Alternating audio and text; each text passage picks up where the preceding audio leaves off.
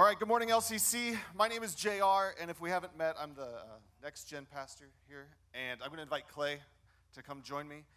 Recently, Clay and I, along with our wives, Carrie and Rebecca, back at the beginning of March, got to go spend a week in Honduras, visiting our mission partner there. We were passing out backpacks, seeing just what's going on there, and spending a lot of time with, I think his picture's coming up, a lot of time with this guy that's coming up on the screen in a second. Alan Sowers, who is the Sowers of Sowers for Pastors. And he's this kind of guy that you spend much any time with him at all, and there's something that's catching about being with him and what he's doing to bring the gospel to the people in Honduras. And so Clay, this is Clay. Everybody say good morning, Clay. Hello. So, correct. Clay, would you tell us a little bit, just give us like the big picture, Sowers for Pastors. What is it? What are they doing? Sure. And first of all, I'm going to apologize in advance. In about 30 seconds, I'm going to realize I'm up here. I'm going to panic. I'm going to start talking really fast. JR might smack me. That's fine. So let it go. It'll be fun. All right. So Sowers for Pastors, overview of what they do. The primary mission of Sowers for Pastors is to train indigenous pastors to reach people that live in extremely remote locations up in the mountains in and around Gracias, which is the town that they're based in the essentially state of Limpura in Honduras. They do that through a pastor training school. They do it through the sponsorships, which we'll talk about. They do it through feeding centers that they operate, which we'll also talk about. And what am I missing here? Did I go over? No. See, here's the nerves kicking in. I'm starting to shake a little bit. You're doing good. You're doing good. Thank you. I'm used to being behind, not in front. This is very disturbing for me. Okay, so I guess we want to hit the personal stuff now, yes? All right, so I spend most of my time in the business world, which means that I'm really chasing filthy lucre.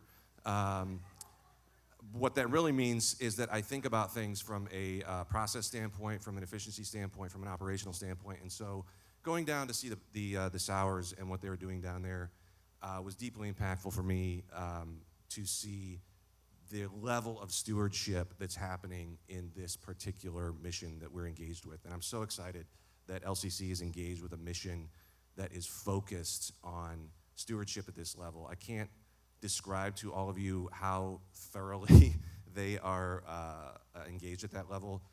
Everything is used in the most efficient way possible. The boxes that you may have seen that the backpacks get packed in have a very specific number of cycles that they go through, and there's even a special place that they go for like the end of that cycle when they literally physically can't hold anything else anymore. It's all part of the program that they have laid out. The sponsorship cost is the lowest cost I've seen of anywhere from any system, any program that's out there. And so for me, being able to see that firsthand really ignited my heart for what we can do as a body, particularly as a body at LCC, directly connected to a mission that's that efficient. I mean, we're not a huge church, so I think we don't have a lot of room for error or margin for waste when we're engaging in these types of things, nor should we just in general as a body. But for us, I think that really ignited my heart when we got down there and was able to see that, the way that they operate and what they do there. The really, I think, tangible item there too that was the big takeaway. We talk a lot about different things that the mission does. Obviously, they're training those pastors. They do operate the feeding centers, and one of the things that I think that the Sowers have been really, really good at is finding ways to engage the local community and the local people and leverage their physical needs as a doorway into the spiritual needs. That's good. The physical to the spiritual, and they do it really well. Like Clay's saying, they're just very good at it. When I think about missions and like how missions work, I think of things like, well, maybe one person goes and they're going to reach an entire people group on their own, or maybe a whole team goes and it's going to be their job to reach an entire people group. There's lots of ways that and variations of how missions looks carried out. But tell us a little bit about how does it look with Sowers and our partnership with them? Sure. So for those of you who aren't aware, a few years ago when we really started looking at the Sowers as a partner, one of the things that LCC, I think, approached from a leadership standpoint is there a way that we can do this a little bit more direct? Can we have a more direct engagement? Can we change the way that we think about missions, and particularly the way that we think about overseas missions? And so one of the first things that we ended up doing was we actually have a pastor, a partner, sister pastor, I don't know what his actual title is in relationship to LCC, but we'll call him our partner pastor down there. His name is Pastor Marvin. I think we have a photo of Pastor Marvin. Some of you have met Pastor Marvin. Obviously, that's JR there talking to Pastor Marvin. He's hard to miss. But Pastor Marvin is our partner pastor there, and so I don't even say the majority, all of the efforts that LCC has down there are channeled through Pastor Marvin in some way, shape, or form. The sponsorships that we have are specifically targeted at a school that is about, 100 yards, 200 yards from Pastor Marvin's church. By sponsoring the kids in that church, Pastor Marvin gets direct access to those kids. Sponsoring the kids in that school, he gets direct access to the kids in the school, and then some of the overflow allows him to have direct access to the kids in another school that's another 100 yards further down the hill. We also were able to give him a wonderful LCC Hilliard shirt that you can see there. So, but Pastor Marvin, just being able to go down there and meet him and see his heart for these kids. We have 225, I think, total kids that we are trying to sponsor in the upper school. We've got about 195 of them or so sponsored. And he knows all the families, he knows all the kids. He's deeply involved in their lives. And so I think if you talk to anybody who does international missions work, they would agree that having indigenous peoples be kind of the tip of the spear, as it were, is much more effective than sending guys like us down there to parade around for a week or two. So that's Pastor Marvin. What am I missing on Pastor Marvin? Part of what we were doing down there as well, and I think this is where JR's heart really lit up. I'm a numbers guy, he's a relational guy. So part of what we're doing down there too is thinking, how can we connect with Pastor Marvin more effectively? How can we really partner with him in his local ministry there, and how can we be more relational to him? You have thoughts on that? Well, just that I think that's true, and that we need to spend some time thinking about what that looks like going forward. And I think this idea of having a direct partner and having a relationship to where we know who this guy is, and we know things about him and where his heart is and what's going on there. And then the same for him about us. That just feels, doesn't that feel like us? I feel like that feels like us. Okay, so when we talk about this stuff, I'm always like, all right, what are we going to do? So tell us a couple things, just tangibles, that we could even do, maybe even from our seat this morning. Yeah, I like the segue. We're thinking a lot about how can we engage on an ongoing basis, how can we engage on a periodic basis, and so there's two things really that you're going to have an opportunity to do right now this morning. Actually, you can do one of them right now. The first is sponsor a child. For those of you that don't sponsor a child, you need to sponsor a child. I'm just going to say that right now. Don't let me catch you not sponsoring a child.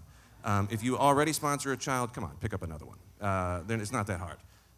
The sponsorships provide access to the feeding centers that the Sours operate. Currently, they're feeding a little over 14,000 kids twice a week. They do it for 2 cents a meal. So again, as a numbers and efficiency guy, this is very exciting to me. So sponsor a kid. Those sponsorships are vital for a couple of reasons.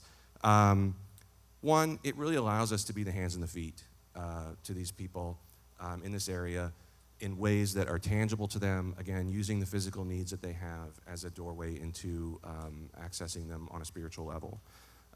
Secondly, the sponsorships, again, are connected to Pastor Marvin, and they do provide him with direct access to the children in the sponsorship schools or in the sponsorship program and their families. So by sponsoring the child, you're not just providing them with food, you're also providing them with direct access to our partner, Pastor Marvin, down there. Couple of ways you can do this. One, on your way out, there will be a table of some sort that Lee has set up. I will be at that table, and I can help you sponsor a child at the table right there. Secondly, we have a little website we like to talk about occasionally, MyLCC, what is it, mylcc.info? There you go, mylcc.info. There's a mission page on that website, which I think we have somewhere. On that mission page, there is a link that will take you directly to the unsponsored children that are part of the LCC program. Again, part of what we're doing that's a little bit unique is we are sectioning off specific children and specific families and agreeing as a body to cover them. So the leadership here has made promises on your behalf. You should probably fulfill them. I don't know. Maybe take it up at the next board meeting or something. Yeah, so we've got the link up. Also, very important, I said you could do it right now. You can do it right now. mylcc.info works from your phone. So does the sponsorship page. So you might want to get one before you get out there and they're all gone. We only have, I think, 27 unsponsored kids left. And ideally, we'd get them all sponsored this morning. Long term, we'd like to engage the lower school as well, just due to its physical proximity to Pastor Marvin. But again, that's a larger commitment. There's 170 kids down there or something like that, so we have to have some longer conversations about that. Brett's giving me the stink eye over there. Am I done already? All right. Okay.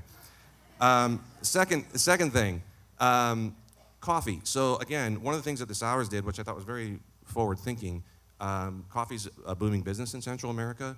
They have a little bit of property down there, and so 4 or 5 years ago, they planted some coffee, and it is pretty good. I'm a coffee connoisseur, and I like it.